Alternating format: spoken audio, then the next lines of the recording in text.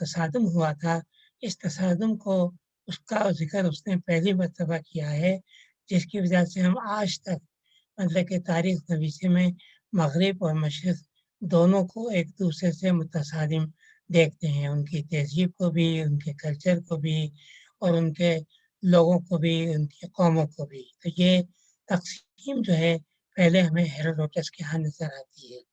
دوسرا مورخ جو یونانی کا تھا وہ تھیوسیڈیڈیز تھا، جس نے ایتھنز اور اسپارٹا کے درمیان جو جنگ ہوئی تھی اس کا حال لکھا ہے، لیکن اس کی خاص بات جو ہے وہ یہ ہے کہ اس نے اس بات کو بتایا ہے کہ تاریخ میں انسانی فطرت بدلتی نہیں ہے بلکہ ایک جیسی رہتی ہے، اور اگر انسانی فطرت نہیں بدلے اور ایک ہی طرح سے اس کا رد عمل ہر دور میں ہو تو اس کا مطلب ہے کہ تاریخ اپنے آپ کو دہراتی ہے۔ تو اب موجودہ زمانے میں کافی لوگوں نے اس پر اعتراض کیا ہے کہ یہ صحیح نہیں ہے، انسانی فطرت بھی وقت کے ساتھ بدلتی ہے اور تاریخ جو ہے وہ اپنے آپ کو دہراتی نہیں ہے، لیکن اس نے ایک طرح سے یہ بات سب سے پہلے کہی تھی۔ اس کے بعد پھر آ جاتا ہے رومن پیریڈ۔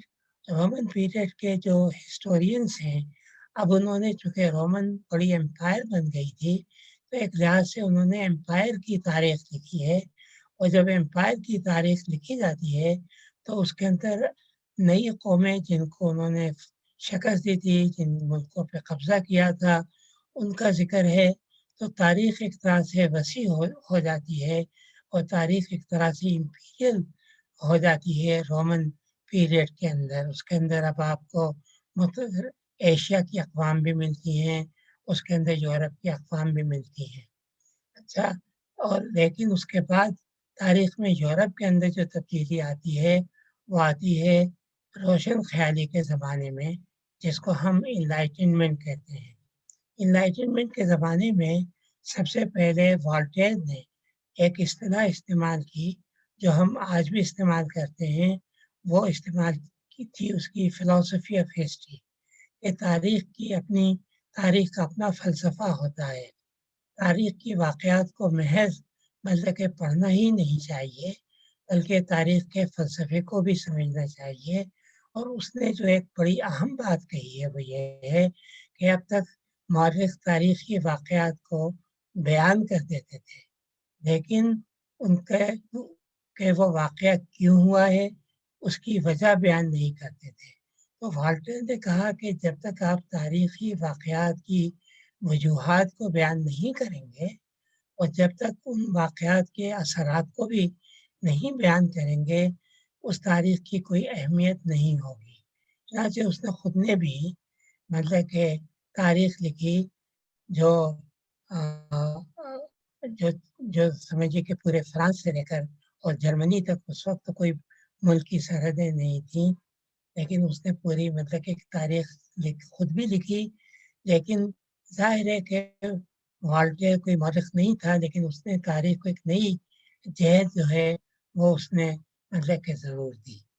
اچھا، اس کے بعد سے یہ ہوا ہے والٹیر کے بعد سے کہ تاریخ نویسی کے یہ ضروری جو ٹھہرا ہے وہ یہ ہے کہ جب آپ واقعات کا ذکر کریں تو آپ مطلب کہ واقعات کی یہ بھی تصدیق بھی کریں کہ یہ واقعہ ہوا بھی تھا یا نہیں، اور اگر ہوا تھا تو کس طرح سے ہوا تھا، کس نے کس طرح سے بیان کیا ہے، کیونکہ اس کے لیے پھر آپ کو تاریخ کے ماخذوں کی طرف جانا پڑتا ہے کہ جن مورخوں نے واقعے کو اپنے اپنے انداز میں بیان کیا ہے تو آپ کو اس کا تنقیدی جائزہ لینا ہوتا ہے کہ ایک ہی واقعہ ہے لیکن مختلف مورخوں نے اس کو مختلف انداز میں بیان کیا ہے۔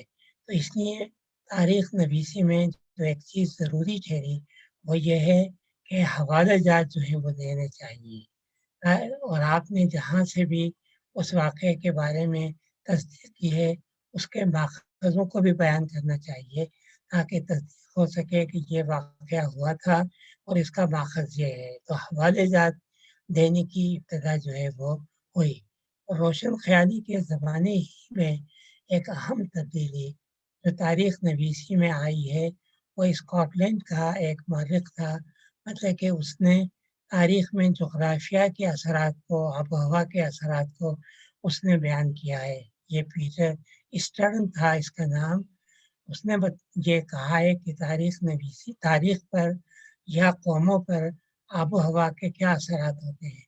بہت آگے چل کر، بلکہ اس سے پہلے ابن خلدون خود بھی اپنے مقدمے میں یہ بیان کر چکے تھے کہ آب و ہوا کا مطلب کہ تاریخ پر کیا اثر ہوتا ہے، قوموں پر کیا اثر ہوتا ہے، ان کی عادات پر، ان کے رسم و رواج پر۔ یہ ایک بہت اہم تبدیلی تھی کہ تاریخ کو محض سیاسی طور پہ نہیں دیکھنا چاہیے، بلکہ یہ بھی دیکھنا چاہیے کہ آب و ہوا کی وجہ سے اور ان کے جغرافیائی ماحول کی وجہ سے ان پر کیا اثر ہوا ہے۔ اور اسی زمانے میں انگلینڈ کے اندر مطلب کہ دو پولیٹیکل پارٹیز تھیں جو آج بھی ایک طرح سے کسی نہ کسی شکل میں موجود ہیں۔ ایک کنزرویٹیو کا مطلب یہ تھا کہ یہ پرانے نظام کو یا پرانے سسٹم کو یا پرانی روایات کو قائم رکھنا چاہتے تھے، یہ کوئی تبدیلی نہیں چاہتے تھے۔ تو ڈیوڈ ہیوم نے انگلینڈ کی تاریخ لکھی، اس نے اسی بات پہ توجہ دی ہے کہ تاریخ کو تبدیل نہیں کرنا چاہیے۔ اس نے تاریخ میں بات کہی جو بڑی اہم تھی، اس نے کہا کہ یہ بادشاہت کا عہدہ جو ہے یہ کوئی عوام اور کسی فرد کے درمیان کسی معاہدے کی شکل کی وجہ سے نہیں آیا، بلکہ یہ الہی عہدہ ہے، یہ خدا کی طرف سے ہے، عوام سے اس کا کوئی تعلق نہیں۔ اس لیے مطلب کہ بادشاہ کو پورے اختیارات ہیں کہ جس طرح سے چاہے وہ حکومت کرے، اور عوام کا یہ فرض ہے کہ وہ بادشاہ کے وفادار رہیں، بادشاہ سے کوئی بغاوت نہ کریں۔ یہ بڑی اہم مطلب کہ چیز تھی کہ اس نے بادشاہت کو مطلب کہ جائز قرار دیتے ہوئے بادشاہت اور عوام کو علیحدہ علیحدہ کیا ہے، اور عوام کے لیے وفادار ہونا جو ہے لازمی قرار دیا ہے۔ لیکن اسی زمانے میں میکالے نے بھی مطلب کہ ہسٹری آف انگلینڈ لکھی۔ میکالے کا تعلق چونکہ ٹوری پارٹی سے تھا، تو یہ سمجھتے تھے کہ روایات کو بدلتے رہنا چاہیے، روایات جو ہیں ایک جگہ ٹھہری ہوئی نہیں رہتی ہیں، یہ وقت کے ساتھ بدلتی رہتی ہیں۔ تو اس نے اپنی تاریخ میں اس نقطۂ نظر کو اس نے بیان کیا۔ تو یہ روشن خیالی کے زمانے میں تاریخ نویسی کے اندر اہم تبدیلیاں آئیں۔ اب میں مختصر آپ کو یہ بتا دوں کہ پھر تاریخ نویسی میں جو بہت اہم تبدیلی آئی جس نے تاریخ نویسی کو بدلا، وہ فرانسیسی انقلاب تھا جو 1789 کے اندر آیا ہے۔ فرانسیسی انقلاب نے دو اہم کام کیے۔ ایک کام تو اس نے یہ کیا کہ قوم کا تصور دیا اور قومی ریاست کا تصور دیا کہ کوئی بھی لوگ جو ایک ہی جغرافیائی علاقے میں رہتے ہیں وہ سب ایک قوم ہے، چاہے ان کا مذہب کوئی ہو، چاہے ان کی ایتھنیسٹی کچھ ہو، لیکن ایک علاقے میں رہنے کی وجہ سے وہ ایک قوم ہو، چاہے وہ یہودی ہوں، چاہے وہ کیتھولکس ہوں، چاہے وہ پروٹیسٹنٹس ہوں۔ تو اس نے قومی ریاست کا تصور دیا اور قومی ریاست کی اس نے علامات بھی بتائیں، جیسے جھنڈا ہے، ترانہ ہے، یہ قومی علامات تھیں جو مطلب کہ فرانسیسی انقلاب میں مطلب کہ آئیں۔ دوسرا اہم کام اس کا یہ تھا کہ اس نے تعلیم کو چرچ سے چھڑایا اور تعلیم کو سیکولر بنا کے اس کو ریاست کے انڈر میں کیا۔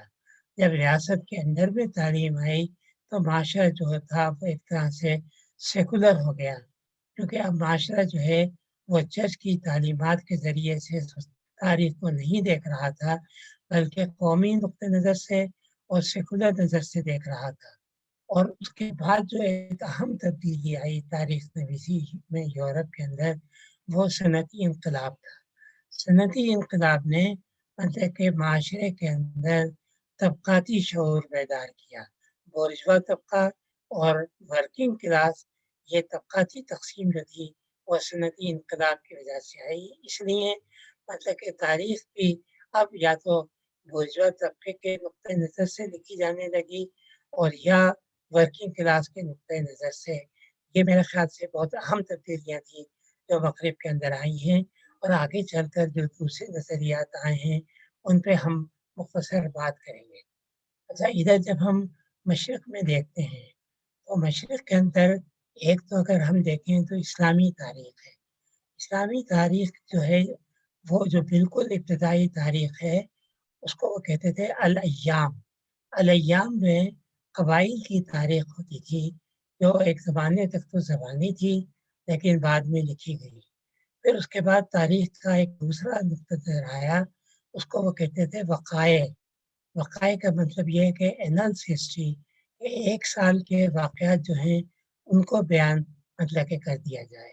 پھر تیسرا حصہ تاریخ کا آیا, وہ تاریخ کا وہ حصہ تھا کہ جو مختلف طبقات ہیں, یہ طبقاتی تاریخ ہے, یعنی ان کو بیان کیا جائے. مثلا سیاستدانوں کا ایک طبقہ ہو, خوشنویسیوں کا ایک طبقہ ہو, حکمرانوں کا ایک طبقہ ہو.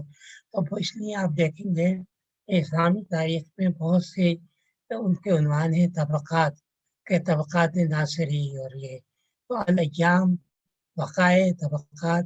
اس کے بعد جب خاندان حکمران ہوئے, شاہی خاندان, تو پھر تاریخ جو ہے وہ شاہی خاندانوں کی اجارہ داری بن گئی اور اب تاریخ جو ہے وہ شاہی خاندانوں کی تاریخ لکھنے لگی. اب عوام اس سے غائب ہو گئے. اور آپ جانتے ہیں کہ شاہی خاندان جو ہیں ان کی یا تو جنگیں ہوتی ہیں, سازشیں ہوتی ہیں, خانہ جنگی کے ہوتی ہیں, جانشینی کے جھگڑے ہوتے ہیں, انتظامیہ ہوتی ہے. تو اب تاریخی موضوعات جو ہیں وہ شاہی خاندان تک محدود ہو کے رہ گئے. بعد میں پھر مطلب کہ تبدیلی آئی. موجودہ زمانے میں وہ تبدیلی آئی کہ جب یورپین اقوام نے ایشیا اور افریقہ کی اقوام کو فتح کیا ہے تو وہ اپنے ساتھ تاریخ نویسی کے نئے طریقے لے کر آئے. تو پھر یہ تاریخ ہمارے یہاں بھی بدلی. لیکن اس سے پہلے جو ہمارے یہاں کی تاریخ تھی, تاریخ نویسی, وہ یہ تھی کہ کوئی بھی مورخ جب پچھلے عہد کی تاریخ لکھتا تھا تو وہ پچھلے عہد کی تاریخ کو تنقیدی نقطۂ نظر سے نہیں دیکھتا تھا. مثلاً جیسے بدایونی کی کتاب جو ہے 3 جلدوں میں ہے, لیکن جب وہ لکھتا ہے مثلا سندھ کی فتح کا حال تو وہ کوئی تحقیق نہیں کرتا ہے اس پر, بلکہ جو چچ نامے میں سندھ کی فتح ہے اسی کے اقتباسات دے دیتا ہے. وہ یہی صورتحال اس نے سلطنت پیریڈ کی ہے. اس نے پچھلے واقعات کا تنقیدی جائزہ نہیں لیا ہے, بلکہ اس زمانے کے تاریخی کتابوں میں یا ماخذوں میں جو تاریخ بیان کی گئی تھی انہیں کو دہرا دیا ہے. بلکہ اہمیت اس والیوم کی ہے جو اس نے اپنے عہد میں لکھی ہے, جس کا وہ چشمدید گواہ ہے. اس کی تو اہمیت ہے کیونکہ وہ اس نے اپنی آنکھوں دیکھا حال لکھا ہے. لیکن وہ تاریخ جو اس نے پچھلی ماضی کی لکھی ہے ان کا اس نے تنقیدی جائزہ کوئی نہیں لیا. اچھا, اب یہ تبدیلی جو تاریخ نویسی میں خاص طور سے ہندوستان کے اندر آئی ہے, یہ انگریزوں کے آنے کے بعد وان ہیسنگ جو ایسٹ انڈیا کمپنی کا پہلا گورنر جنرل تھا, یہ یہاں پر نوجوان تھا جب آیا تھا, اس لیے یہ فارسی بھی جانتا تھا, اردو بھی جانتا تھا, سنسکرت بھی جانتا تھا. تو جب گورنر جنرل ہوا تو اس نے ایشیاٹک سوسائٹی یا بنگال کے نام سے ایک تحقیقی ادارہ جو تھا وہ قائم کیا, اور اس نے کہا کہ یہ جو پچھلے مخطوطات ہیں ان مخطوطات کا تنقیدی جائزہ لے کر ان کو شائع کیا جائے. تو ایک طرح سے اب تاریخ میں پہلی مرتبہ ہمارے ہاں جو سلسلہ شروع ہوا وہ ایڈیٹنگ کا تھا کہ کسی مخطوطے کو کیسے ایڈٹ کیا جائے. ایڈٹ کرنے کا طریقہ یہ تھا کہ اس مخطوطے کی جتنی کاپیاں موجود تھیں یا اویلیبل تھیں, ایڈیٹر ان سب کو اپنے سامنے رکھتا تھا اور یہ دیکھتا تھا کہ کیا ان کی عبارت ایک ہی ہے یا ان کی عبارت میں کوئی اختلاف ہے. جہاں اختلاف ہوتا تھا اس کو وہ متن سے الگ کر کے فٹ نوٹ پہ یا حاشیے پر لکھ دیتا تھا کہ یہ اصل عبارت میں نہیں ہے. کوشش یہ کرتا تھا کہ جو مصنف کی اصل عبارت ہے اس کو ایڈٹ کر کے مطلب کہ شائع کرے. تو ایڈیٹنگ کا ایک تو طریقہ ہوا. اچھا, دوسرا یہ تھا کہ یہ کیسے اندازہ لگایا جائے کہ کتاب میں مخطوطے میں یعنی بختوتہ لکھنے والے نے یا بعد میں کسی نے اپنی طرف سے کوئی اضافہ کر دیا ہے، تو اس مقصد کے لیے مطلب کہ علم لسانیات جو ہے وہ شروع ہوا، یعنی فلالوجی کا علم جو ہے وہ شروع ہوا۔ فلالوجی کا علم جو ہے اس میں یہ دیکھا جاتا ہے کہ مختلف عہد میں زبانیں کس طرح سے لکھی جاتی تھی، کون سے الفاظ بولے جاتے تھے، ان کی املا کیا ہوتی تھی، کس طریقے سے لکھے جاتے تھے۔ یہ فلالوجی، یہ علم لسانیات کا کام تھا۔ چنانچہ جب مختوطہ کو ایڈٹ کیا گیا تو ساتھ ہی ساتھ میں ایڈیٹر کا یہ کام بھی تھا کہ وہ فلالوجی کا یا علم لسانیات کا ماہر ہو، تاکہ وہ یہ دیکھے کہ مخطوطے میں کوئی اضافہ اگر ہو گیا ہے تو وہ اضافہ اس میں سے نکال کے اس کو اصل متن سے علیحدہ کر دے۔ اچھا، اس کی کئی مثالیں ہیں کہ ہمارے یہاں نہیں، یورپ میں بھی ہوتا تھا۔ اس کی ایک بڑی مثال ہوئی ہے کہ ایک دستاویز تھی جو کہلاتی تھی ڈونیشن آف کانسٹنٹائن، اور یہ پوپ کے پاس تھی، اور پوپ یہ کہا کرتا تھا کہ یہ کانسٹنٹائن یعنی پہلا بیزنٹینین ایمپرر یا رومن ایمپرر جو تھا، اس نے پوپ کو یہ حق دیا تھا کہ وہ مغربی یورپ پر حکومت کر لے، اور یہ ڈونیشن آف کانسٹنٹائن کا جو ڈاکومنٹ تھا اس میں اس کو یہ حق جو ہے وہ دیا گیا تھا۔ اس کے تحت وہ پورے یورپ کے حکمرانوں کو اپنے ماتحت سمجھتا تھا۔ اب ہوا یہ کہ جب فلالوجی کا علم وہاں آیا، یونیورسٹیوں میں بھی آیا، لوگوں میں بھی آیا، تو ایک شخص تھا، اس کا نام تھا لورنزو ویلا۔ تو ہوا یہ کہ پوپ نے ویٹیکن لائبریری کا لائبریرین لورنزو ویلا کو بنا دیا۔ لورنزو ویلا نے جب ڈونیشن آف کانسٹنٹائن کا مطالعہ کیا تو اس نے کہا کہ یہ تو جعلی ہے، کیونکہ یہ اس کی زبان جو ہے وہ تو 8ویں صدی کی ہے، جبکہ کانسٹنٹائن تو 30ویں صدی عیسوی کا تھا۔ اس نے ثابت کیا کہ یہ جعلی دستاویزات ہے جس کے اوپر پوپ جو ہے وہ حکومت کر رہا ہے۔ سزا کے طور پہ اس کو پوپ نے کچھ عرصے کے لیے جیل میں بھی ڈال دیا، لیکن نتیجہ یہ ہوا کہ ڈونیشن آف کانسٹنٹائن جو ہے اس کے بعد سے وہ پوپ کے لیے کوئی حکومت کرنے کا جواز مہیا جو ہے وہ نہیں کر سکا۔ تو بہت لوگوں نے مطلب کہ جعل سازی جو ہے وہ مختلف مخطوطات سے نکال کر مخطوطات کا صحیح متن جو ہے وہ شامل کیا ہے۔ تو ہندوستان میں وان ہیسنگ کے زمانے میں یہ مخطوطات کو ایڈٹ بھی کیا گیا اور ان کی درستگی بھی کی گئی، اور اس کے بعد بیبلیوتھیکا انڈیکا کا ادارہ تھا، اس کی جانب سے یہ کتابیں جو ہیں وہ شائع کی گئی۔ پھر کتابوں کو شائع کرنے کے ساتھ ساتھ جو دوسرا کام کیا گیا وہ یہ تھا کہ مغل عہد کی جو کتابیں ہیں ان کے ترجمے بھی مطلب کہ کیے گئے، جیسے آئین اکبری کا ترجمہ یا جس کو کہیں اس کا ترجمہ کیا گیا، فرشتے کا ترجمہ کیا گیا، تاریخ فیروز شاہی کا ترجمہ کیا گیا، گل بدن بیگم کی کتاب ہے اس کا ترجمہ کیا گیا۔ تو یہ کتابوں کے ترجمے یعنی انگریزی حکومت نے اپنے لیے کرائے تاکہ وہ اندازہ لگائیں کہ مغل دور میں کس طرح سے حکومت کی جاتی تھی، ان کا انتظامی ڈھانچہ جو تھا وہ کیا تھا، خاص طور سے آئین اکبری میں مطلب کہ اس کی چونکہ پوری تفصیلات ہیں، اور سر سید احمد خان نے آئین اکبری کو ایڈٹ کیا تھا، اور یہ ایڈٹ کرنے کے بعد یہ کتاب شائع ہوئی تھی۔ اور ایک ہوتے تھے مسٹر بیفریج، انہوں نے ایک تو یعنی اکبر کی تاریخ کا ترجمہ کیا تھا، لیکن دوسرا آئین اکبری کا ترجمہ جو ہے جرمن اسکالر تھا مطلب کہ اس نے کیا تھا۔ تو ترجمہ کا ایک سلسلہ جو تھا وہ شروع ہوا جس نے ہندوستان کی تاریخ کو بدلا۔ اچھا، اب یہاں ہندوستان میں تاریخ نویسی کے اندر اب تبدیلی آنا شروع ہوئی ہے، ورنہ اب تک اس سے پہلے جو جیسے مولوی ذکاء اللہ تھے، اگر آپ ان کی کتابیں پڑھیں تو انہوں نے اپنی کتابوں میں پچھلی تاریخوں کو کیسے کو سباق یعنی خالی اقتباسات دے دیے ہیں، کوئی ان پہ تنقید نہیں کی ہے۔ لیکن اب یہاں پر جب یونیورسٹیاں کھلنا شروع ہوئیں اور نئے طالب علم بھی آئے اور یہاں پر ایک قومی شعور بھی آیا، تو اب یہاں ہندوستان میں تاریخ نویسی کے اندر تبدیلی جو ہے وہ بھی آنا شروع ہوئی۔ اب دو طرح کی تاریخ ہندوستان کے اندر مطلب کہ لکھی گئی۔ ایک تاریخ تو خود انگریزوں نے لکھی، چونکہ انگریز جو ہے وہ اپنے نقطۂ نظر سے لکھنا چاہتے تھے، کیونکہ ہندوستان کے بارے میں ہارڈر نے ایک بات کہی تھی کہ ہندوستان کی کوئی تاریخ نہیں، اور اسی بات کو ہیگل نے بھی کہہ دیا تھا کہ ہندوستان کی کوئی تاریخ نہیں، بلکہ یہی بات کارل مارکس نے بھی دہرا دی تھی کہ ہندوستان کی کوئی تاریخ نہیں۔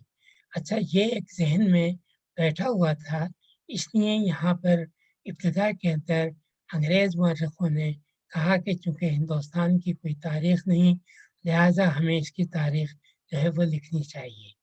تو اور یہ تاریخ لکھنے والے جو تھے وہ انگریز ایڈمنسٹریٹر تھے، جیسے مالکم تھا جو بمبے کا گورنر تھا، یا ایلفنسٹن تھا، پہلے انہوں نے ہندوستان کی تاریخ لکھی۔ لیکن جو سب سے اہم تاریخ ہے وہ ولیم جونز کی ہے۔ ولیم جونز سے ہسٹری آف برٹش انڈیا لکھی۔ برٹش انڈیا میں سب سے پہلے اس نے ہندوستان کے ادوار کو تقسیم کرتے ہوئے ان کو مذہبی بنایا۔ مثلا اس نے قدیم ہندوستان کے بارے میں کہا کہ یہ ہندو پیریڈ ہے، عہد وسطیٰ کے بارے میں اس نے کہا یہ مسلم پیریڈ ہے، اور برطانوی پیریڈ کے بارے میں کہا یہ برطانوی پیریڈ ہے۔ تو اس کا مقصد جو تھا وہ یہ تھا کہ ہندوستان میں ہندو اور مسلمان آپس میں لڑتے جھگڑتے اور جنگ کرتے رہتے ہیں، یہ برطانوی سیکولر مطلب کہ نظام ہے کہ جو ہندوستان میں امن و امان قائم رکھے ہوئے ہے۔ اب اس کے بعد سے آپ دیکھیں کہ ہندوستان کی اس تقسیم کو بہت لوگوں نے قبول کر لیا، بلکہ ہم مسلمانوں نے بھی قبول کر لیا۔ آج بھی ہم عہد وسطیٰ کی تاریخ کو مسلمانوں کی تاریخ کہتے ہیں، لیکن ہندوستان کے مورخوں نے اس پر کافی اعتراضات کیے ہیں، اور انہوں نے کہا ہے کہ قدیم ہندوستان کو جب وہ ہندو تہذیب کہتا ہے تو یہ غلط ہے، چونکہ قدیم ہندوستان میں ہندو ہی حکمران نہیں تھے، یہاں پر بدھسٹ حکومتیں بھی تھیں اور بدھسٹ کلچر بھی یہاں پر تھا۔ یہی عہد وسطیٰ کے اندر خالی مسلمان حکمراں ہی نہیں تھے، بلکہ یہاں پر ہندو اور راجپوت حکمران بھی یہاں پر موجود تھے۔ تو پورے ہندوستان پیریڈ ہے یہ مسلمان پیریڈ ہے، یہ غلط ہے۔ اسی طرح برطانوی ہندوستان میں بھی برطانوی ہندوستان اور ریاستی ہندوستان دو حصوں میں تقسیم تھا، اور انہوں نے کافی اس پر اعتراض کر کے اس تقسیم کو غلط ثابت کیا ہے۔ اب وہ اس کے لیے قدیم ہندوستان، عہد وسطیٰ کا ہندوستان اور جدید ہندوستان کی اصطلاحات کو استعمال کرتے ہیں۔ تو ایک تو تاریخ نویسی میں یہ تبدیلی آئی۔ اچھا، دوسری تبدیلی جیسا میں نے کہا کہ وہ تبدیلی تھی کہ ابھی تک ہندوستان کی تاریخ کے بہت سے مخطوطات جو ہیں وہ شائع نہیں ہوئے تھے۔ اچھا، جب مخطوطات شائع نہ ہو تو ظاہر ہے کہ ہسٹورینس تک وہ نہیں پہنچتے تھے اور بڑی مشکلات پیش آتی تھیں۔ اچھا، یہاں بھی اس مقصد کے لیے ایلیٹ اور ڈاؤسن نے پھر ایک کتاب لکھی، اس کا نام تھا history of India as told by Indian historians. اس کتاب میں اس نے یہ کیا کہ جو مخطوطات شائع نہیں ہوئے تھے ان کے اقتباسات کا انگریزی میں ترجمہ کر کے وہ انہوں نے 8 جلدوں کے اندر مطلب کہ شائع کی۔ اچھا، یہ کتابیں آج بھی مورخوں کے لیے بڑی اہم ہیں، چونکہ ابھی تک بہت سے ایسے مخطوطات ہیں جو شائع نہیں ہوئے ہیں، ان کے اقتباسات مطلب کہ ایلیٹ کی اس کتاب میں مل جاتے ہیں، جس کی وجہ سے مورخین کو سہولت ہو جاتی ہے۔ اچھا، لیکن دوسرا نقطۂ نظر جو ہندوستان میں اسی زمانے میں پیدا ہوا وہ یہ تھا کہ جدید تعلیم یافتہ ہندوستانی جو تھے انہوں نے پھر اپنی تاریخ کو لکھنے کا ارادہ کیا، تاکہ انگریز جس طریقے سے تاریخ کو لکھ کر مشق کر رہے تھے انہوں نے اس تاریخ کو صحیح کرنے کی کوشش کی۔ یہ ہندوستانی مورخ جو ہے ایک لحاظ سے انہوں نے ہندوستانی قومیت کے تحت تاریخ جو تھی وہ لکھنا شروع کی۔ اور خاص بات یہ ہے کہ تاریخ لکھنے میں مطلب کہ الہ آباد یونیورسٹی جو تھی وہ ایک طرح سے سینٹر بنی، جہاں پر ہندوستان کی تاریخ لکھنے کی نہ صرف یہ کہ ابتدا ہوئی بلکہ بڑی کتابیں جو ہیں وہ یہاں سے شائع ہونا شروع ہوئی۔ اچھا، ہندوستانی مورخوں نے جن میں بڑی تعداد ہندوؤں کی تھی، یعنی ایشوری پرساد تھے، رام بابو سکسینہ تھے اور دوسرے تھے، ان میں زیادہ تر ہندو مورخ تھے۔ انہوں نے مغل پیریڈ پہ کام کیا۔ اچھا، مغل پیریڈ پہ انہوں نے اس لیے کام کیا کہ ایک تو مغل پیریڈ کے جو ماخذ تھے وہ اویلیبل تھے، یعنی مغل پیریڈ کی دستاویزات جو تھی وہ موجود تھی، مختلف ریاستوں کے اندر بھی، مختلف کتب خانوں کے اندر بھی وہ چیزیں موجود تھیں، تو تاریخ کو لکھنا آسان تھا۔ یہ تھا کہ وہ یہ ثابت کرنا چاہتے تھے کہ مغل پیریڈ میں ہندو مسلمانوں کا کوئی جھگڑا نہیں تھا، مطلب کہ یہ دونوں قومیں یہاں پر امن و امان کے ساتھ جو ہیں وہ رہ رہی تھیں، جس کو آگے چل کر کہا گیا کہ یہ گنگا جمنی تہذیب تھی جو ہندو اور مسلمانوں نے مل کر پیدا کی۔ تو یہ کتابیں شروع ہوئیں بابر کے اوپر، ہمایوں کے اوپر، جہانگیر کے اوپر، یہ کتابیں شاہ جہاں کے اوپر یہ کتابیں لکھی گئیں۔ لیکن اس کے ساتھ ہی 1924 کے اندر پھر تاریخ کے اندر ایک تبدیلی آتی ہے۔ وہ تبدیلی آتی ہے کہ جب خلافت موومنٹ شروع ہوتی ہے 1920 میں، تو اس وقت تک تو ہندو مسلمان جو ہیں ان کا اتحاد تھا، لیکن جب خلافت ناکام ہوتی ہے 1924 میں، تو اب یہاں پر وہ اتحاد جو ہے وہ ٹوٹتا ہے، اور اتحاد کے ٹوٹنے کی وجہ سے تاریخ نویسی کے اندر بھی فرقہ واریت جو ہے وہ آ جاتی ہے۔ اب تاریخ کو مسلمانوں نے اپنے طور سے لکھنا شروع کیا فرقہ وارانہ، ہندوؤں نے اپنے طور سے۔ اب کس طریقے سے دونوں قوموں نے اپنے آپ کو بڑا ثابت کرنے کے لیے تاریخ کا سہارا لیا۔ مسلمانوں نے تاریخ سے اپنے ہیروز کو نکالا کہ محمد بن قاسم جو ہے وہ دیکھیے کتنا بڑا ہیرو تھا کہ 17 سال کی عمر میں اس نے سندھ کو فتح کیا، اور انہوں نے پھر سندھ کو باب الاسلام کا درجہ دیا کہ سندھ جو ہے سندھ باب الاسلام میں، چونکہ اسلامی تہذیب جو ہے وہ سندھ کے راستے سے ہندوستان کے اندر داخل ہوئی ہے۔ پھر اسی طرح سے انہوں نے محمود غزنوی کو، غوری کو، ان سب کو انہوں نے ہیرو بنا کے پیش کرنا شروع کیا۔ اچھا، دوسری طرف سے ظاہر ہے کہ ہندوؤں نے بھی پھر اس کا جواب دیا۔ انہوں نے رانا پرتاپ کو، جو اکبر سے لڑتا رہا تھا اور مغلوں کی اطاعت قبول نہیں کی تھی، رانا پرتاپ کو ہیرو قرار دیا۔ انہوں نے شیواجی کو ہیرو قرار دیا جو کہ اورنگزیب سے لڑتا رہا تھا اور جس نے بادشاہت کا اپنے بعد میں اعلان کیا، اور انہوں نے گرو گوبند سنگھ کو بھی اپنا ہیرو قرار دیا۔ نتیجہ یہ ہوا کہ اب ہندو اور مسلمان ہیروز جو ہیں وہ ہماری فرقہ وارانہ تاریخ کے اندر شامل ہوتے چلے گئے، اور سندھ اور ہندوستان کی تاریخ جو ہے یا تاریخی واقعات جو ہیں ان کے اندر بھی مطلب کہ فرقہ واریت جو ہے آنا شروع ہو گئی، اور کس طریقے سے تاریخی واقعات کو مسخ جو ہے وہ کیا جانے لگا۔ اب مثلاً ہوا یہ ہے کہ تقسیم کے بعد آپ دیکھیں کہ اکبر کو جس نے کہ سیکولر انڈیا کا نعرہ لگایا تھا، جو انڈینائز کر رہا تھا مغلوں کو، اس کو ہم ہندوستان کے حوالے کرائے۔ ہم نے کہا وہ ہندوؤں کا ہے، اور اورنگزیب کو اپنے ساتھ ہم لے آئے۔ حالانکہ تاریخ میں حکمران جو ہیں وہ مذہبی طور پہ حکومت نہیں کرتے ہیں، بلکہ وہ اپنے مفادات کے تحت حکومت کرتے ہیں۔ اکبر نے ہندوستان پر جو حکومت کی تھی وہ اس لیے کی تھی کہ وہ یہاں پر مغل حکومت کی جڑیں مضبوط کرنا چاہتا تھا، اور مغل حکومت کی جڑیں اسی وقت مضبوط ہو سکتی تھی جب اس کو انڈینائز کیا جائے، جب یہاں پر انڈیا کے رسم و رواج کو قبول کیا جائے، جب ہندوستانیوں کو مغل سلطنت کے اندر شامل کیا جائے، جس کی وجہ سے اس نے راجپوتوں کو شامل کر کے مغل حکومت کو آپ دیکھیں ایسا استحکام دیا کہ اورنگزیب تک حکمراں آنکھیں بند کر کے حکومت مطلب کہ کرتے رہے، اور راجپوت خود کو مغل حکومت کا ایک حصہ جو ہے وہ سمجھتے رہے۔ اچھا، اورنگزیب کے بارے میں بھی جو نقطۂ نظر ہے وہ بھی صحیح نہیں ہے۔ اورنگزیب بالکل مذہبی تھا، لیکن اس نے مذہب کو اپنی سیاست کے لیے استعمال کیا ہے۔ اس نے مذہب کو کوئی سوسائٹی کو بہتر بنانے کے لیے استعمال نہیں کیا، کیونکہ اورنگزیب کے تمام مذہب ہونے کے باوجود مطلب کہ اس دور کی سوسائٹی جو تھی وہ اتنی ہی بدعنوان تھی جتنی بعد میں رہی۔ اور ان کا جو قاضی القضات تھا عبدالوہاب، وہ رشوتیں دیتا تھا۔ عمرہ جو ہے وہ شرابیں بھی پیتے تھے اور وہ وومنائزر بھی تھے، لیکن کسی طریقے سے بھی معاشرہ جو تھا اس کی اصلاح نہیں ہوئی تھی۔ بدعنوان تھے، قائل تھے، سست تھے، دولتی جمع کرنے کی فکر میں تھے۔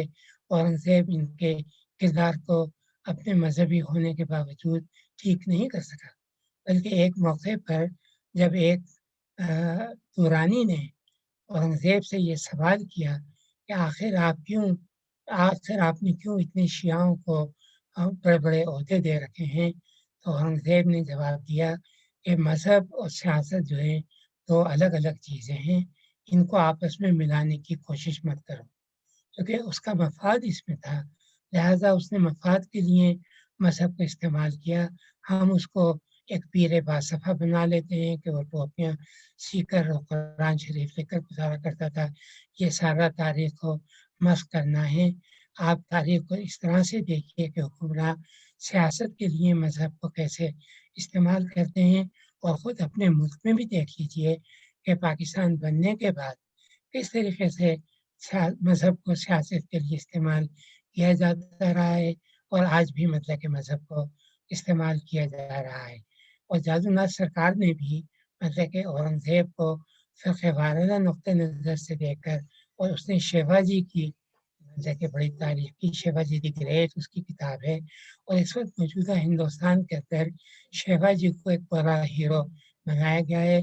مثلاً شیوا جی چھتر چھتر چھتر پتر یہ اس کا ٹائٹل ہے، اور بنگال اور بامبے کا جو ایئرپورٹ ہے وہ شیوا جی کے نام پہ ہے۔ شیوا جی کو ایک بڑا ہیرو بنایا گیا ہے، پرتاپ سنگھ کو ہی ہیرو بنایا گیا ہے، اور دوسرے لوگ جنہوں نے مسلمانوں کو شکست نہیں تھی ان کو ہیرو بنایا گیا ہے۔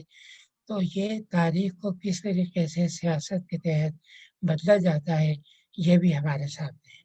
اچھا، تھوڑا سا میں ذکر کر دوں پاکستان کا، کہ دیکھیں پاکستان بننے کے بعد یہ فرقہ وارانہ تاریخ جو ہے، یعنی ہندو مسلمانوں کی تقسیم کی تاریخ، یہ پاکستان کے اندر بھی آئی، اور اس کے سب سے بڑے مبلغ پاکستان میں یہ آئی ایس قریشی تھے۔ آئی ایس قریشی نے مطلب کہ تاریخ کو مسخ کرنے کی پوری کوشش کی۔ مثلاً آئی ایس قریشی نے اکبر کو بڑی لعنت ملامت کی ہے، اور اکبر کے خلاف ان کی کتاب بھی ہے اکبر، اور ایک ان کی کتاب ہے علماء اینڈ پالیٹکس، جس میں اس میں علماء کی بڑی تعریفیں کی ہیں کہ علماء نے کس طریقے سے ہندوستان میں مسلمانوں کی خدمتیں کی ہیں، اور انہوں نے خاص طور سے دو قومی نظریے کی بھی بڑی حمایت کی ہے۔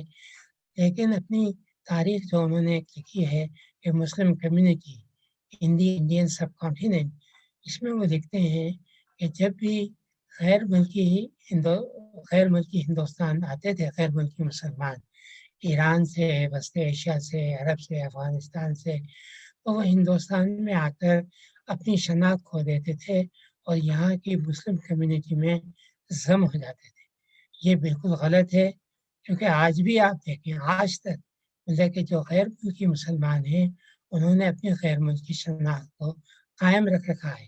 یہ صدیقی اور فاروقی اور رضوی اور یہ سارے کیا ہیں، یا اصفہانی اور شیرازی اور ترمذی، یہ غیر ملکی شناخت آج بھی قائم ہیں، اور ہندوستان کے اندر بھی انہوں نے اپنے غیر ملکی شناخت کو قائم رکھا، اور ہندوستان کے وہ مسلمان جو کنورٹ ہوئے تھے ان کے اور اپنے درمیان فرق کو قائم رکھا۔ یہ بالکل تاریخ کو مسخ کرنے کے برابر ہے جو مسخ ہوا ہے۔ بدقسمتی سے انہوں نے تاریخ کا جو فریم ورک ہمیں دے دیا ہے، ہم تاریخ کو اسی فریم ورک میں لکھے جا رہے ہیں، اور خاص طور سے پاکستان کی تاریخ، یعنی جو مختلف یہاں پر محکمہ قائم ہیں، یعنی تاریخ پاکستان کو، ان میں اشتیاق حسین قریشی، شیخ اکرام، معین الحق، مطلب کہ ان کا دیا ہوا جو ایک فریم ورک ہے اسی میں تاریخ کو لکھتے ہیں۔ اگر اس فریم ورک کے علیحدہ کوئی متبادل تاریخ کا نقطہ نظر دے تو وہ فوراً یعنی قوم کا غدار بھی ہو جاتا ہے، اور وہ حب الوطن بھی نہیں رہتا ہے۔ تو اس لیے مطلب کہ تاریخ ہمارے یہاں جو قومی شعور پیدا نہیں کر رہی یا ایک تاریخی شعور پیدا کرنے میں ناکام ہو گئی ہے، اس کی وجہ جو ہے وہ یہ ہماری تاریخ نویسی ہے۔ اور ایک اور اہم چیز میں یہاں ذکر کروں وہ یہ ہے کہ پاکستان بننے کے بعد ہم نے یہاں کی علاقائی تاریخ کی طرف ہم نے بالکل توجہ نہیں دی۔ اب مثلاً یہاں پر جب پاکستان بنا ہے تو بنگلہ دیش کی اپنی تاریخ تھی، ہم نے اس کی بھی کوئی اہمیت نہیں دی۔ پھر یہاں پر پختونخوا کی اپنی تاریخ تھی، سندھ کی اپنی تاریخ تھی، پنجاب کی اپنی اور بلوچستان کی اپنی تاریخیں جو ہزاروں برس کی تھی۔ پاکستان کی تاریخ تو ابھی شروع ہی ہوئی تھی۔ ہم نے یہ کہا کہ نہیں، باقی تاریخوں کو آپ چھوڑ کے صرف پاکستان کی تاریخ پڑھیں، چونکہ آپ کی شناخت پاکستان ہے، دوسرے صوبے جو ہیں وہ نہیں ہیں۔ اس کی وجہ سے لوگوں کو اپنے علاقوں کی تاریخ پڑھنے کا اور اس تاریخ پہ ریسرچ کرنے کا موقع نہیں ملا، اور اس کی وجہ سے علاقائی تاریخیں جو ہیں پسماندگی کا شکار ہوئی اور آج تک شکار ہیں، کیونکہ ہماری یونیورسٹیوں میں علاقائی تاریخوں کے بارے کے اندر کوئی ریسرچ جو ہے وہ نہیں ہو رہی ہے۔ تو جب تک ہم تاریخ کو نہیں بدلیں گے اور تاریخ نویسی کو نہیں بدلیں گے، اور وہ بہت سے یعنی مفروض ہے جن پر ہم نے تاریخ کو قائم کر رکھا ہے، مثلا سندھ کو ہم باب الاسلام کہتے ہیں، جو ایک طرح سے غلط ہے، کیونکہ سب سے پہلے عرب یہاں پر ساؤتھ انڈیا میں آئے تھے جو ڈوپلے کہلاتے ہیں، اور آج تک وہاں ڈوپلے جو ہیں وہ موجود ہیں۔ سب سے پہلے تو وہ آئے تھے یہاں پر عربوں سے پہلے، ان کا ہم ذکر نہیں کرتے اور نہ ہی تردید کرتے ہیں کہ انہوں نے آنے کے بعد، اور یہ آئے یہ تھے پیسفل تھے، تاجر تھے، پیسفل تھے، کیونکہ باقی آنے والے جو تھے وہ جنگجو تھے جنہوں نے جنگیں لڑی ہیں، اور جنگیں لڑ کے یہ امپریشن قائم کیا ہے کہ مسلمان جو ہیں وہ جنگجو رہے ہیں، لیکن تھے وہ تاجر تھے، وہ پرامن لوگ تھے۔ تو مطلب کہ اس فرق کو بھی یہاں پر واضح جو ہے وہ نہیں کیا گیا ہے۔ اور عام طور سے ایک چیز اور بھی بڑے فخر سے کہی جاتی ہے، جو پنجاب کے لیے بھی کہی جاتی ہے، سندھ کے لیے بھی، کہ یہ صوفیہ کی سرزمین ہے۔ اچھا، صوفیہ کو عام طور سے امن کا پیغامبر سمجھا جاتا ہے، لیکن اگر آپ صوفیہ کی تاریخ پڑھیں تو صوفیہ میں بہت سے جنگجو صوفیہ بھی تھے جنہوں نے جہاد لڑے ہیں۔ اور اگر آپ صوفیہ کی تاریخ پڑھیں تو وہ بتاتے ہیں کہ محمود غزنوی کی، غوری کی اور التتمش کی، ان کی فتوحات جو ہیں فلاں فلاں صوفی کی دعا کا نتیجہ تھی۔ تو ہم صوفیہ کی تاریخ کو بھی سمجھ کر اور ان کو بھی امن کا پیغام پر سمجھ کر ان کو بھی ایک طرح سے غلط سمجھتے ہیں اور غلط درجہ دیتے ہیں۔ تو ہماری تاریخ میں بہت مطلب کہ غلط فہمیاں بھی ہیں، بہت مسخ شدہ تاریخ بھی ہے، اور جب تک اس مسخ شدہ تاریخ کو صحیح نہیں کیا جائے گا تو جو ہے وہ نہیں آئے گا۔ اب یہ ہے کہ ہم نے پوری کوشش کی ہے کہ کوئی صحیح تاریخی شعور بیدار کریں۔ اس سلسلے میں مطلب کہ ہماری کوششیں بہت محدود ہیں۔ مثلاً ہم ایک تاریخ کا رسالہ بھی نکالتے ہیں جس کے اب تک ہم 65 نمبر نکال چکے ہیں۔ اس میں ہم کوشش کرتے ہیں کہ وہ مضامین شائع کریں کہ جو لوگوں کو تاریخ کا، سیکولر تاریخ کا شعور دیں۔ اور خود ہم نے کتابیں بھی لکھی، میں نے خود نے بھی مطلب کہ مغل تہذیب پہ لکھی ہے، سندھ کے اوپر لکھی ہے، تاریخ نویسی پہ لکھی ہے، پاکستان پہ لکھی ہے، اور مختلف موضوعات پہ لکھی ہیں، اور خاص طور سے بتایا کہ تاریخ نویسی جو ہے اس طریقے سے بدلی ہے۔ اب اس وقت تاریخ نویسی میں قوم پرستی کے تحت بھی تاریخ لکھی جا رہی ہے، مارکسسٹ پوائنٹ آف ویو سے بھی تاریخ لکھی جا رہی ہے، امپیریل پوائنٹ آف ویو سے بھی تاریخ لکھی جا رہی ہے، پوسٹ ماڈرنزم کے تحت بھی تاریخ لکھی جا رہی ہے، اور فیمنسٹ نقطۂ نظر سے بھی تاریخ لکھی جا رہی ہے۔ تاریخ کا موضوع بہت وسیع ہو گیا ہے، اور خاص طور سے تاریخ نویسی میں جس نے بہت زیادہ اضافہ کیا ہے وہ فرانس کا انالس اسکول ہے۔ انالس اسکول نے کہا کہ سیاسی تاریخ اور معاشی تاریخ بہت لکھ دی گئی، اب سماجی تاریخ لکھنے کی ضرورت ہے۔ چنانچہ انہوں نے سماجی تاریخ لکھی ہے، جذباتی تاریخ لکھی ہے، مینٹلٹی کی تاریخ لکھی ہے، اور انہوں نے تاریخ نویسی کو بالکل بدل کر رکھ دیا ہے۔ اس میں نجی زندگی کی تاریخ بھی ہے،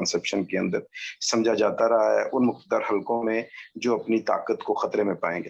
اچھا، میں یہاں پہ ایک آپ سے جو کوشچن کرنا چاہتا ہوں وہ یہ، آخرکار ہسٹری کو کیوں جیت کے ساتھ ہی دیکھا جاتا ہے؟ ہمیشہ جیت کو ہی ہسٹری کیوں سمجھایا جاتا ہے؟ یہ نیشنلزم کے پورے پرسپیکٹو میں بات کر رہا ہوں، اور میں یہ بات اس لیے کر رہا ہوں کہ 2-3 دن پہلے ایک ٹویٹر پہ ایک تصویر جو ہے وہ شیئر کی گئی، جو افغان ایک ہیں آفس بیرر ہیں، پبلک آفس ہولڈر ہیں، امر اللہ صالح ان کا نام ہے، اور اس کے اوپر ہمارے بھی ایک منسٹر نے اسٹیٹمنٹ دی، اور ایک ہمارے جو نیشنل سیکیورٹی کے ایڈوائزر ہیں انہوں نے بھی اسٹیٹمنٹ دی۔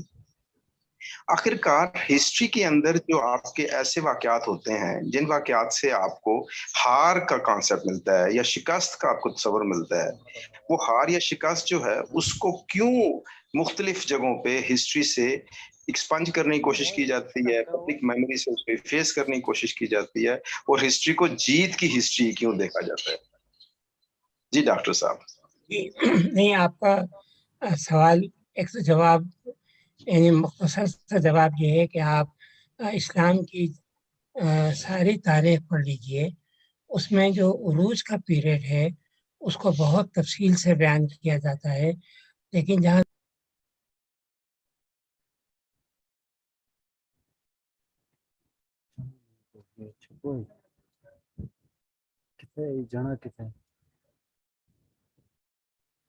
ادھر آمڑ کو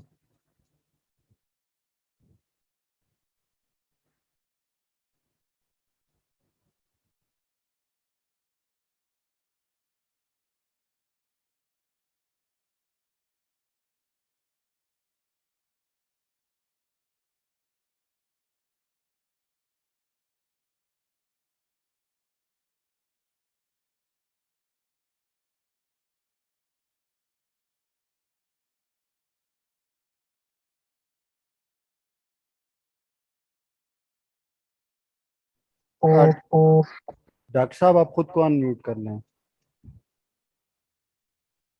ڈاکٹر مبارک صاحب آپ خود کو ان میوٹ کر لیں۔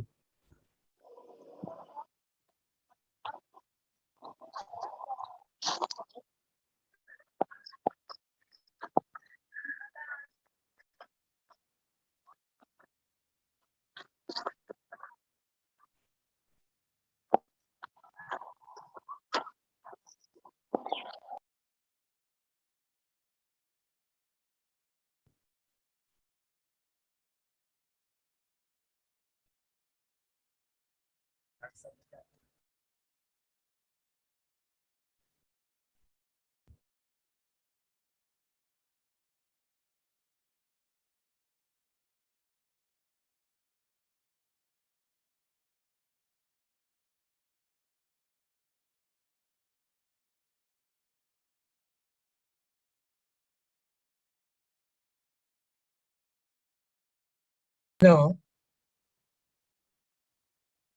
ہلو ہلو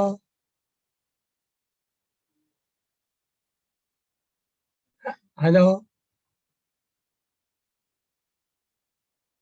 ہلو آواز آئی؟ جی سر آپ آڈیبل ہیں۔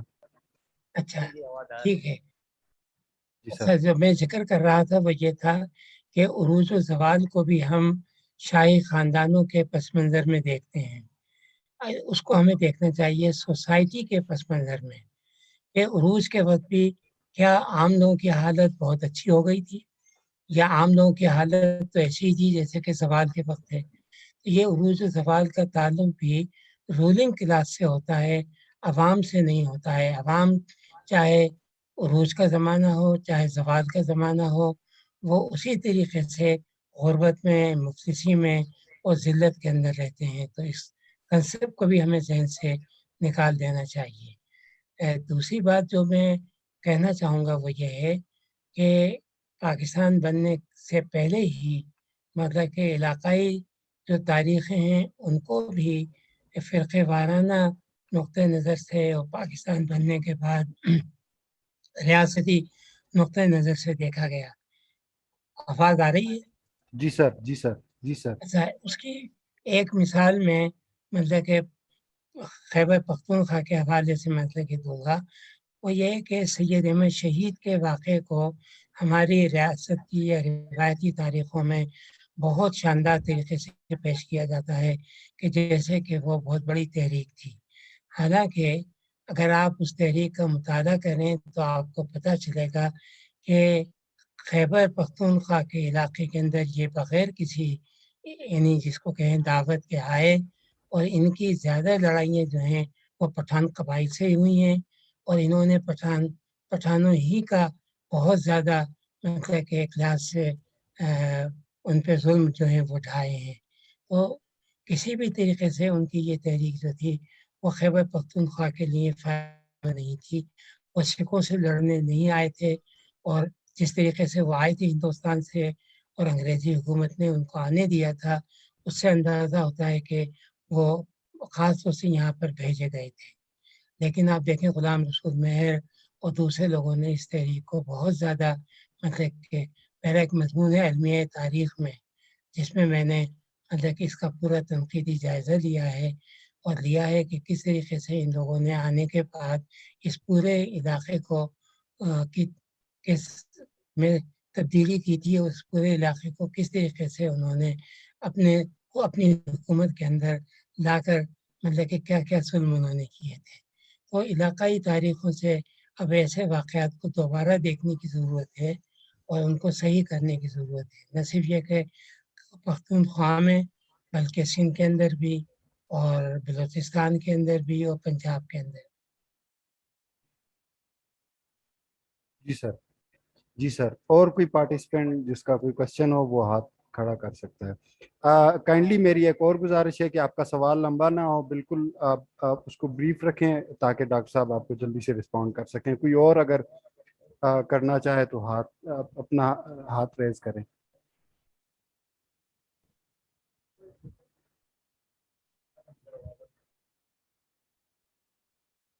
اچھا, یہ ٹھیک ہے, میں آپ کو انمیوٹ, یہ پہلے میاں گل سید صاحب آپ اپنے آپ کو انمیوٹ کر لیں اور سوال کریں دیتے ہیں. اس کے بعد ریاض شیخ اور نوشین رانا آپ کا سوال بھی لیتے ہیں. Thank you sir. جی ڈاکٹر مبارک صاحب السلام علیکم. وعلیکم السلام. سر ٹو بی اسپیسیفک میں یہ پوچھوں گا کہ جو آپ نے ذکر کیا سیکولرزم, نیشنلزم, یا جو ماڈرن ٹرمینالوجیز ہے ڈیموکریسی کا, تھیوکریسی کا, یہ تو ویسٹرن ٹرمینالوجیز ہیں, ان کا اپنا ایک ہسٹورک پرسپیکٹو ہے, اپنے ایکسپیریمنٹ سے گزرے ہیں وہاں پہ. تو ان چیزوں کو ایز سچ یہاں پہ امپلیمنٹ کرنا, اس کو سر آپ کس طرح دیکھتے ہیں؟ تھینک یو سر. نہیں, آپ کی بات بالکل صحیح ہے, لیکن یہ ہے کہ اگر کہیں بھی جیسے حالات ایک زمانے میں ویسٹ کے اندر تھے, اس قسم کے حالات ہمارے یہاں بھی پیدا ہوئے ہیں, تو ہم اگر سمجھتے ہیں کہ ان کے نظریات ہمیں ہماری ترقی میں کچھ مدد دے سکتے ہیں تو ہمیں ضرور انہیں قبول کر لینا چاہیے. یہ علم کے اندر مطلب کہ کوئی چیز جو ہے مطلب کسی کا ورثہ نہیں ہوتی ہے, نظریات کے اندر بھی کسی کا ورثہ نہیں ہوتی ہے. تو اگر ہم سمجھتے ہیں کہ ان نظریات کو یا ان افکار کی وجہ سے ہم آگے جا سکتے ہیں تو ان کو تسلیم کرنے میں میرے نزدیک کوئی حرج نہیں ہے. اوکے, جو اگلے جو ہماری ہیں خواتین ہیں ان کو موقع دیتے ہیں. نوشین رانا, ان کو میں آپ انمیوٹ کریں اور اپنا سوال کریں. السلام علیکم. Thank you so much, sir, for this intellectual discussion. Though I am student of PhD English Literature, but this session was quite helpful for me. آپ نے جس طرح سے رومن امپائر سے اور اس سے پہلے سے بات سٹارٹ کی ہے اور پھر اس کے بعد آپ لے کے آئے پاکستان انڈیا تک, تو it was really interesting to hear you. Secondly, جو یہاں کے moderators, I would say thank you to them and they have done a wonderful job. Sir, start میں ایک آپ کے اسکالر نے ذکر کیا تھا کہ you would be discussing history from the perspective of post modernism. تو سر, پوسٹ ماڈرنزم میں ایک ہمارے پاس اسکالر ہیں, انٹلیکچوئل ہیں, ڈیریڈا یہ کہتے ہیں, جو فرینچ اسکالر ہے بیسیکلی, وہ یہ کہتے ہیں کہ آپ کی جو ہسٹری ہے دیٹ از سبجیکٹو, یعنی جو بھی ہسٹری لکھی گئی ہے لکھنے والے کی وہ سبجیکٹو اپروچ ہے. تو پھر اس کا مطلب یہ ہے کہ پھر تو ہمارے پاس کوئی اوتھینٹسٹی نہیں ہے. کوئی بھی ہسٹری ہمارے پاس آئی ہے، چاہے پاکستان کی ہے، انڈیا کی ہے، رومن امپائر کی ہے، تو اس کو ہم کس طرح سے چیک کریں گے کہ دیٹ ہسٹری اور that particular event is authentically described. تو اس کو سر پلیز کلیئر کر دیں because it is a kind of confusion for me.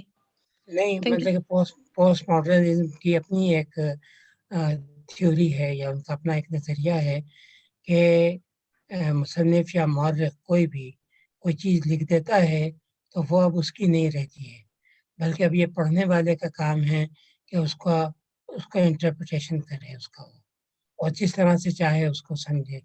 تو میرے نزدیک یہ طریقہ کار جو ہے وہ بہت زیادہ کنفیوژن جو ہے وہ پھیلاتا ہے. تو ذاتی طور پہ میں اس کو تسلیم نہیں کرتا، کیونکہ اگر آپ اس کو مان لیں تو جیسا آپ نے کہا کہ پھر ہسٹری بھی لٹریچر بھی اس کی بھی کوئی اہمیت جو ہے وہ نہیں رہتی ہے، اور اس کا کوئی امپیکٹ بھی مطلب کہ نہیں ہوتا ہے. لیکن یہ کہ نئے خیالات آتے رہتے ہیں، نئے افکار جو ہیں وہ آتے رہتے ہیں، لوگ ان کو قبول بھی کر لیتے ہیں. تو وہ ایک یہ تھیوری جو ہے پوسٹ ماڈرنزم کی، یہ کچھ لوگ ان کو بہت مانتے ہیں، لیکن کافی لوگ ہیں جو اس کو تسلیم نہیں کرتے.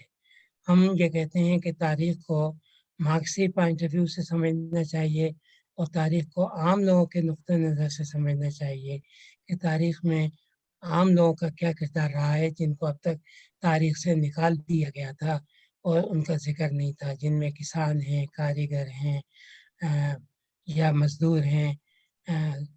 تو ان کو دوبارہ سے تاریخ میں واپس لانا، یا عورتیں ہیں کہ انہوں نے تاریخ کے بنانے میں کیا حصہ لیا. تو پوسٹ ماڈرنزم جو ہے وہ مطلب کہ اس نقطہ نظر کے بالکل خلاف ہے. اس لیے میں ذاتی طور پہ مطلب کہ اس کو تسلیم نہیں تھا. جی ڈاکٹر صاحب بالکل، اگر ہم پوسٹ ماڈرنزم کو ہی سمجھ لیں تو پھر تو ہم کسی چیز پہ متفق ہو ہی نہیں سکتے. تو اگلے جو ہمارے ہیں ان کی طرف بڑھتے ہیں. ریاض شیخ، آپ انمیوٹ کریں اور کوشچن کر لیں.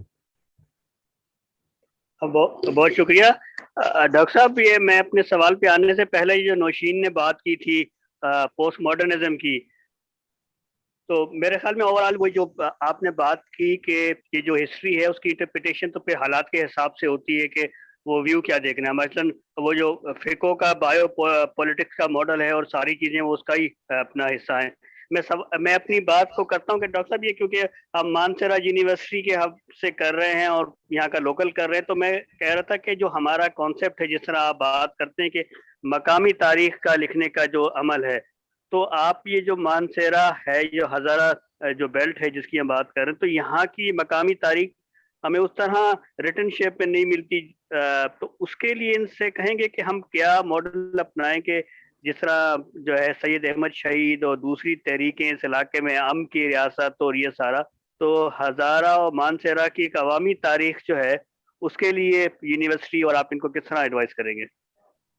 نہیں، میں تو ایک ایڈوائس اس طرح سے کروں گا، کیونکہ تاریخ لکھنے سے پہلے بہت ضروری ہوتا ہے کہ آپ تاریخی مواد کو جمع کریں، یعنی کوئی آرکائیوز اپنے جو ہے وہ بنائیں. تو سب سے پہلے تو آرکائیوز بنانا چاہیے. اچھا، آرکائیوز کے بعد دوسرا جو ہوتا ہے وہ ہوتا ہے زبانی تاریخ. اچھا، اب ظاہر ہے کہ وہ لوگ تو نہیں رہے، لیکن کچھ چیزیں ایسی ہوتی ہیں کہ نسلاً در نسلاً سینہ بسینہ چلی آتی ہیں. آپ اس زبانی تاریخ کو بھی محفوظ کریں.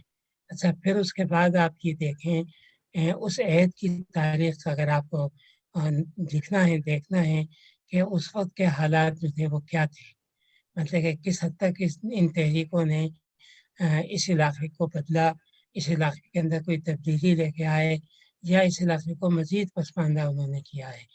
اور تیسری بات جو ہے یہ دیکھنا چاہیے کہ باہر سے آنے والے جو ہیں، جو خاص طور سے اس مقصد کے لیے آتے ہیں کہ وہ کسی سوسائٹی کی اصلاح کر دیں، جیسے جہاد تحریک جو ہے سید احمد شہید کی وہ جہاد تحریک تھی.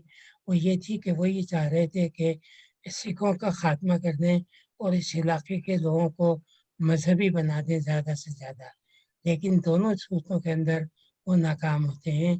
کیوں ناکام ہوتے ہیں اس کا جائزہ لینے کی ضرورت ہے، خاص طور سے کہ ہندوستان سے جو مسلسل مجاہدین بھی آتے رہے ہیں، عطیات بھی آتے رہے ہیں، اور ان کا بہت اچھا ذکر جو ہے وہ ہنٹر نے اپنی کتاب اور انڈین مسلمس میں کیا ہے کہ کس طریقے سے آئے ہیں. پھر انگریزی حکومت نے آہستہ آہستہ مطلب کہ اس سلسلے کو ختم کیا ہے، لیکن پٹھانوں پر اس کا اثر بہت زیادہ خراب ہوا ہے. پھر جو تاریخ لکھی گئی ہے اس میں خاص طور سے جو پنجاب میں جیسے غلام رسول کی تاریخ ہے، سارا الزام وہ پٹھانوں کو دیتے ہیں کہ پٹھانوں نے غداری کی اور ان کا ساتھ نہیں دیا، جس کی وجہ سے ان کو شکست ہوئی. یہ جو تاثر دیا جاتا ہے، میرے خیال سے اس تاثر کو ختم کرنے کے لیے نئی تحقیق کی جو ہے وہ ضرورت ہے.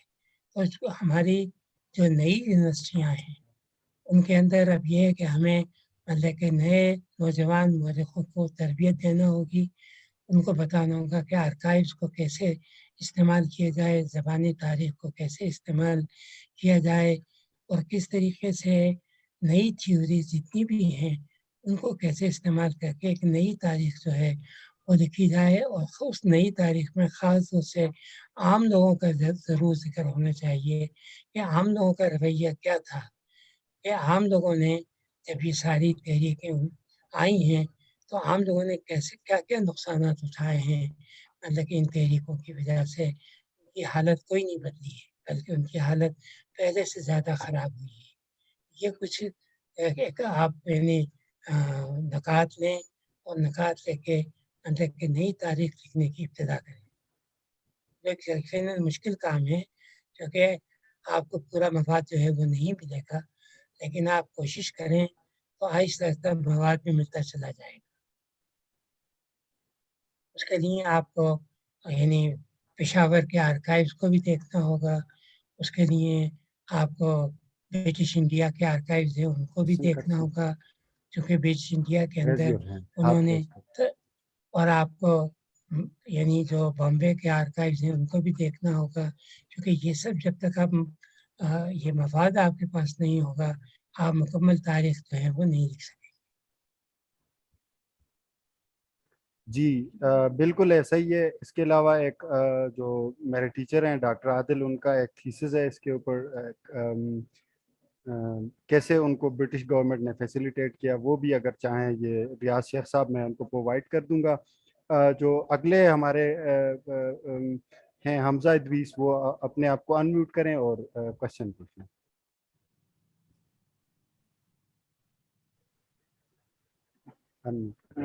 ڈاکٹر صاحب آپ نے بات کی تھی کہ مطلب جو تاریخ ہوتی ہے وہ کسی بھی قوم کو بدلنے میں یا اس کی تبدیلی میں اس کا تاریخ کا جو رول ہوتا ہے وہ سب سے اہم ہوتا ہے. اچھا اب ہم پاکستانی کنٹیکس میں جب دیکھتے ہیں کہ یہاں پر ایک تو ہمیں جو پہلے تو تاریخ کا جو سبجیکٹ ہے وہ تو ابھی ہمیں خال خال ہی دکھائی دیتا ہے، ٹھیک ہے، اور جو ہمیں پڑھائی بھی جاتی ہے وہ بھی مینیپولیٹڈ ہسٹری پڑھائی جاتی ہے. یعنی کہ جو تاریخ ہے، جو ہماری شناخت ہے، ہمیں وہی مینیپولیٹ کر کے پڑھائی جاتی ہے. تو یہ جو ہم دیکھتے ہیں تو اس ساری تاریخ کے سبجیکٹ کو جو مسخ کر کے پڑھایا جاتا ہے، اس تنزلی کے اسباب کیا ہیں سر، اور اس کے بعد آپ کیا دیکھتے ہیں فیوچر؟ کیونکہ ہم دیکھتے ہیں کہ عام طور پر اسٹوڈنٹ جو ہوتے ہیں وہ میٹرک یا ایف اے تک کی تعلیم حاصل کر پاتے ہیں اور اس میں وہ ہی مینیپولیٹڈ ہسٹری پڑھتے ہیں. تو آپ کیسے دیکھتے ہیں سر؟ ہاں دیکھیں، ریاستی تاریخ پر یا روایتی تاریخ پر تو آپ کو اعتماد نہیں کرنا چاہیے. مطلب کہ اب تاریخ کو آپ یونیورسٹیوں سے، تعلیمی اداروں سے باہر دیکھیں کہ ایک عام ذہن والا بندہ کیسے وہ کر سکتا ہے؟ نہیں، اس کو آپ نہیں، اس کے لیے یہ ہے کہ روایتی تاریخ سے الگ ہو کر باہر کے لوگوں نے بھی کچھ تاریخیں لکھی ہیں، بہت زیادہ نہیں لیکن کچھ لکھی ہیں. آپ ان کو دیکھیے کہ انہوں نے تاریخ کو کس انداز کے اندر دیکھا ہے. روایتی نہیں ہے وہ، اور نہ ہی وہ ریاستی مطلب کہ تاریخ ہے. انہوں نے اس سے الگ ہٹ کر مطلب کہ تاریخ کو دیکھا ہے. تو آپ تاریخ کو یعنی اس سے علیحدہ ہو کر دیکھیے. اور اگر ایسا نہیں ہے تو میرا خیال سے پاکستانی سوسائٹی کے لیے بہت ضروری ہے کہ وہ تاریخ کے ایک سیکولر ادارے جو ہے وہ قائم کرے، کیونکہ ہمارے اب تک تاریخ کو مذہب سے جوڑ کر مطلب کہ دیکھا جاتا ہے. مذہب سے آپ جوڑ کر دیکھیں گے تو تاریخ کا نقطۂ نظر کچھ اور ہوگا. پھر یقیناً محمد بن قاسم اور محمود غزنوی یقیناً ہیرو ہوں گے. لیکن اگر آپ تاریخ کو مذہب سے نکال کے سیکولر انداز میں دیکھیں تو آپ کو یہ سب کے سب حملہ آور نظر آئیں گے کہ جنہوں نے ملک کو جہاں بھی گئے ہیں انہوں نے لوٹ کھسوٹ کی ہے. تاریخ کا نقطۂ نظر جو ہے وہ بالکل بدل جاتا ہے. تو تاریخ کو اس لیے سیکولر انداز میں پڑھانا چاہیے, تاریخ کو مذہبی انداز میں نہیں پڑھانا چاہیے. اسی طریقے سے میں سمجھتا ہوں کہ تاریخ کو قومی نقطۂ نظر سے بھی نہیں دیکھنا چاہیے, کیونکہ جب آپ قومی نقطۂ نظر سے دیکھتے ہیں تو اس میں مطلب کہ بڑے بڑے زمیندار, جاگیردار اور وڈیرے اور یہ جو ہیں پیر اور سجادہ نشین, مطلب کہ یہ سب اس قوم کا حصہ بن کے یہ بھی ہیرو بن جاتے ہیں. تو ہمیں ان کو بھی مطلب کہ ہیرو نہیں بنانا چاہیے. ہمیں تاریخ کو پیورلی عوامی نقطۂ نظر سے پڑھانا چاہیے کہ کاریگروں کی کیا تاریخ ہے, مزدوروں کی کیا تاریخ ہے, کسانوں کی کیا تاریخ ہے, عورتوں کی کیا تاریخ ہے, مطلب کہ ان لوگوں نے تاریخ کی تشکیل میں کیا حصہ لیا ہے, اس نقطۂ نظر سے دیکھنا چاہیے. اور میں نے کوشش کی ہے کہ میں جو کتابیں لکھ رہا ہوں اس میں عوامی تاریخ جو ہے اس کو زیادہ سے زیادہ لے کے آؤں کہ لوگوں نے عوام کو جو تاریخ سے نکال دیا ہے اور پوری دنیا میں اس وقت اب جو ہے وہ کہتے ہیں کہ بادشاہوں کی تاریخ ہو چکی ہے, اب عوام کی تاریخ لکھنا چاہیے. مثلاً آرکیالوجی میں بھی مطلب کہ اب جو نئے انقلابی آرکیالوجسٹ ہیں وہ کہتے ہیں کہ اب ہمیں محلات کو نکال کی کھدائی کی ضرورت نہیں ہے, ہمیں ان اوزار و ہتھیاروں کی اسٹڈی کی ضرورت ہے جو عام لوگ استعمال کرتے تھے. اس سے ہم ان کی سوشل لائف اور روزمرہ کی زندگی جو ہے اس کو بیان کریں گے. جب آپ اس نقطۂ نظر سے تاریخ کو لکھیں گے تو تاریخ کا دامن وسیع ہو جائے گا. وہ اشرافیہ کی تاریخ نہیں رہے گی بلکہ وہ عوام کی تاریخ بن جائے گی, اور اس کے اندر پھر عام لوگوں کی دلچسپی بھی ہوگی کہ انہوں نے بھی تاریخ بنانے میں حصہ لیا ہے. یہ نئی تاریخ جو ہے اس کے لیے ضروری ہے کہ نئے ادارے بھی ہونے چاہیے, تربیت یافتہ مورخ بھی ہونے چاہیے. اس کے لیے ہماری ریاست یا ہماری موجودہ پبلک یونیورسٹیز تو کچھ نہیں کریں گی. اس کے لیے ہمیں خود سے اپنے آپ سے مطلب کہ کچھ کرنا ہوگا اگر ہمیں تاریخ میں تبدیلی لانا ہے. بالکل سر, بالکل سر. اور میں اب ریکویسٹ کرتا ہوں ایوب ملک صاحب سے, وہ اگر کوئی سوال کرنا چاہیں. ایوب ملک صاحب, میں ان کو انمیوٹ کر لیتا ہوں. ایوب ملک صاحب. جی ڈاکٹر صاحب بہت شکریہ, آپ نے بڑے پوری طریقے سے ہر چیز بجا دی ہے, کوئی سوال بچتا نہیں ہے. بس صرف میں یہی ایک بات آپ سے سمجھنا چاہ رہا ہوں کہ اب 21ویں صدی میں دنیا ترقی کر رہی ہے, ہسٹری کو اس طرح لکھا جا رہا ہے کہ کوشش کی جا رہی ہے کہ تمام ریسز اور تمام لوگ اس میں شامل ہوں. لیکن ہم جب اپنے سماج کی بات کرتے ہیں 21ویں صدی میں تو ہم دیکھتے ہیں کہ ہماری دنیا جو ہے وہ نفرت پہ ہے, اور روز وہ نفرت جو ہے وہ بڑھتی جا رہی ہے. اور خاص طور پہ اگر خود جو ریاستی مشینری اس نفرت کو بڑھانے میں شامل ہو تو وہ پھر اور بڑھتی ہے. تو آپ کس طرح ہمیں ذرا اس کا انالیسس دیں گے کہ ایک انٹلیکچوئل جو ہیں وہ کیا کردار ادا کریں ریاست میں کہ لوگوں کو میں نفرت ختم ہو, ان میں پروگرس ہو, وہ 21ویں صدی میں آگے بڑھنا چاہیں اور پوری دنیا کے میں جو انسان ہیں وہ سمجھیں کہ ہماری تہذیبی ورثہ ایک ہی ہے, ہم ایک طرح زندگی گزار سکتے ہیں, امن ہو اور تمام لوگ جو ہے وہ بھائی چارے سے زندگی گزار سکتے ہیں. آپ کے ذہن میں ایسا کیا چیز ہے, کس طرح وہ ہسٹری جو ہے؟ شکریہ, تھینک یو. یہ کام ایک تو تاریخ بھی کر سکتی ہے. یہ تاریخ جو فرقہ وارانہ ہم نے شروع کی تھی مطلب کہ بر صغیر کے اندر, ایک تو ہم اس فریم ورک سے نکلیں, یہ مطلب کہ ہیروز اور مذہب اور یہ سب اس سے ہمیں نکل کے ایک بالکل ایک نئی تاریخ لکھنی چاہیے. اور میرا خیال سے اگر آپ میں سے کسی نے پڑھا ہے تو میں کوشش کر رہا ہوں کہ مطلب کہ اس فریم ورک سے نکل کے تاریخ کو سیکولر اور تاریخ کو ایک پرم بنایا جائے. اور ظاہر ہے کہ پرم تاریخ جب ہی ہوگی جب وہ عوام کی تاریخ ہوگی, کیونکہ عوام کے اندر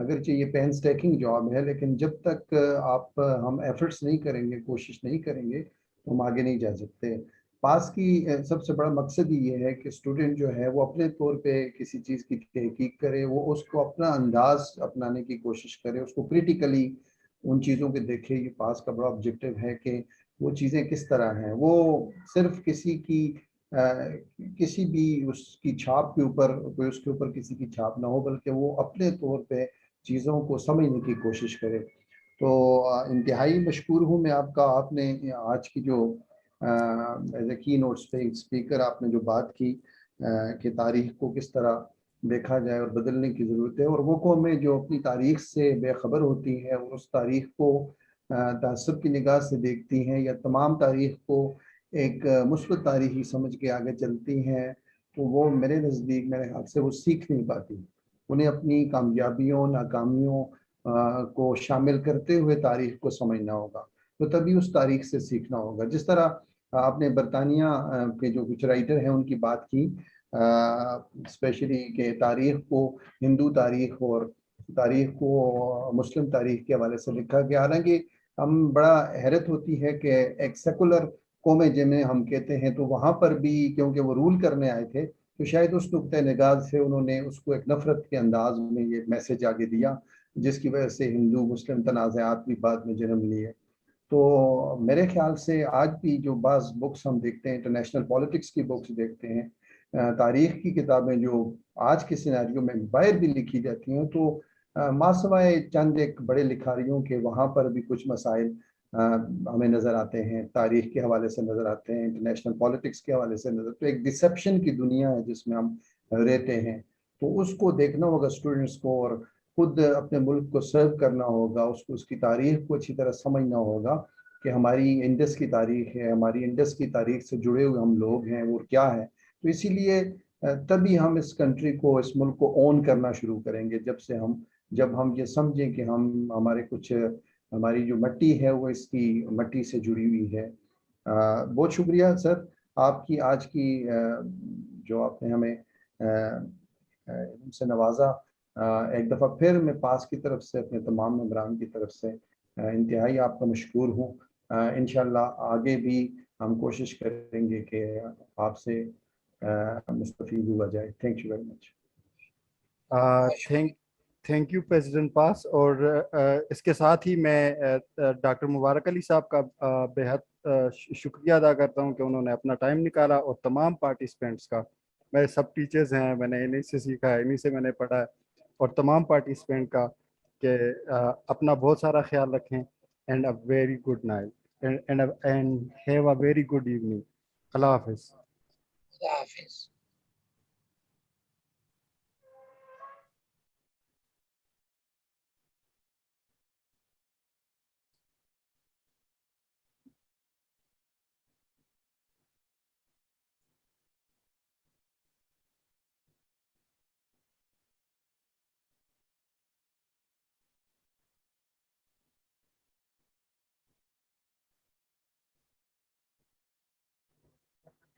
ریکارڈنگ کس طرح سیو کرنی ہے؟